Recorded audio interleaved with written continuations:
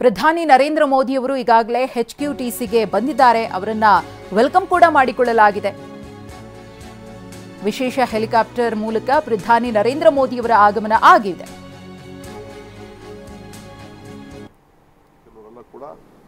ಇದಕ್ಕೆ ಸ್ಟೇಷನ್ಗಳಿಗೆಲ್ಲ ಅವರೆಲ್ಲ ಪಾಪ ಹಣ ದುಡ್ಡು ಕೊಟ್ಟಿದ್ದಾರೆ. ಅವ್ರಿಗೆ ನಾನು ಅಭಿನಂದಿಸ್ತೇನೆ.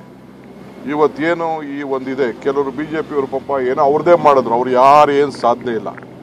ಯಾವ MP ಕೂಡ 10 ರೂಪಾಯಿ ದುಡ್ಡನ್ನ ಕರ್ನಾಟಕ ರಾಜ್ಯಕ್ಕೆ ಬೆಂಗಳೂರು ನಗರಕ್ಕೆ ಹಣ ಕೊಡಿಸಲಿಕ್ಕೆ ಯಾವ ಥರದ ಸಹಕಾರನೂ ಕೂಡ ಕೊಟ್ಟಿಲ್ಲ. It is ashamed of all the MPs of Karnataka. No one has got, no one has pleaded, no one has met the minister, anyone, except in some time irrigation minister. When I met the irrigation minister, someone had requested. No one has got 1 rupee even from the Manrega. That money also has not come. Like that, Central has fully neglected Karnataka.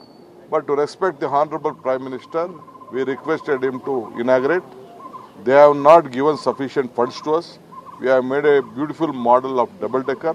Today I am appealing to the Prime Minister, at least 1 lakh crore, like a national capital.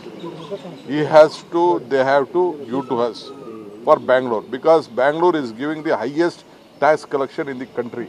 It is the second tax collection in this century.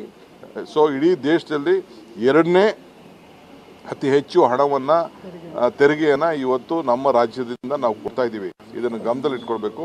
ನಾನು ಅಲ್ಲಿ representation ಕೂಡ ಅವ್ರಿಗೆ ಕೊಡ್ತಾ ಇದ್ದೀನಿ. ನಾನು request ಮಾಡ್ಕೊಳ್ತಾ ಇದ್ದೀನಿ, ನೀವು ಬೆಂಗಳೂರನ್ನ ಬೇರೆ ಥರ ನೀವು ನೋಡೋಕ್ಕೋಗ್ಬೇಡಿ.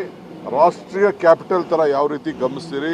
ದೊಡ್ಡ ದೊಡ್ಡ ಸಿಟಿಗೆ ಈಗ ಅಹಮದಾಬಾದಲ್ಲಿ 20% ಕೊಟ್ಟಿದ್ದಾರೆ ಶೇರು, ನಮ್ಮಲ್ಲಿ ಬರೀ 10% ಕೊಟ್ಟಿದ್ದಾರೆ. ಇವೆಲ್ಲ ದಾಖಲೆ ಇದೆ. ಸೊ ನಾನು ರಾಜಕಾರಣ ಮಾಡೋಕ್ಕೆ ನನಗೆ ಇಷ್ಟ ಇಲ್ಲ, ಅವಶ್ಯಕತೆಯೂ ಇಲ್ಲ ರಾಜಕಾರಣ ಮಾಡೋದು. ಬಟ್ ಅವ್ರಿಗೆ ಗಮನಕ್ಕೆ ತರ್ತಾ ಇದ್ದೀನಿ, MPಗಳು ಈ ರಾಜಕಾರಣ ಬಿಟ್ಬಿಟ್ಟು ಜನರ ಸೇವೆಗೆ ದುಡ್ಡನ್ನು ತರೋವಂಥದ್ದು ನೀವು ಮಾಡಿ. ಬರೀ ಟ್ವೀಟ್ ಮಾಡಿಬಿಟ್ಟು 2 ಫೋಟೋ ಹಾಕ್ಸ್ಕೊಂಡು ಪ್ರೆಸ್ಸಲ್ಲಿ ಮೆಸೇಜ್ ನ್ಯೂಸ್ ಹಾಕ್ಸ್ಕೊಬಿಟ್ರೆ ನಿಮ್ಮದು ಸೇವೆ ಅಲ್ಲ. ನಿಮ್ಮ ಕಾನ್ಷಿಯಸ್ ಪರ್ಮಿಟ್ ಮಾಡಬೇಕು. ಆ ರೀತಿ ದಯವಿಟ್ಟು ಕೆಲಸ ಮಾಡಬೇಕು. BJP ಅವರು ಎಲ್ಲ MLAಗಳು ಬೆಳಗ್ಗೆಯಿಂದ ಬಂದ್ಬಿಟ್ಟು ಮೆಟ್ರೋ 2ನೇ ಹಂತ 3ನೇ ಹಂತಕ್ಕೆ ಮೋದಿ ಅವ್ರ ಕೊಡುಗೆನೆ ಜಾಸ್ತಿ ಯಾರ್ದು ಇಲ್ಲ. ಪ್ರಾರಂಭ ಮಾಡಿದ SM ಕೃಷ್ಣ ಅವ್ರ ಕಾಲದಲ್ಲಿ ಆವತ್ತು ವಾಜಪೇಯಿ ಅವರು, ಅರ್ಥ ಆಯ್ತಾ, ಎಷ್ಟು ದುಡ್ಡು ಕೊಟ್ಟಿದ್ದಾರೆ ಅಂತ ಸ್ಟ್ಯಾಟಿಸ್ಟಿಕ್ಸ್ ಅವರು ಬಿಡುಗಡೆ ಮಾಡಲಿ, ನಾನು ಬಿಡುಗಡೆ ಮಾಡ್ತೀನಿ.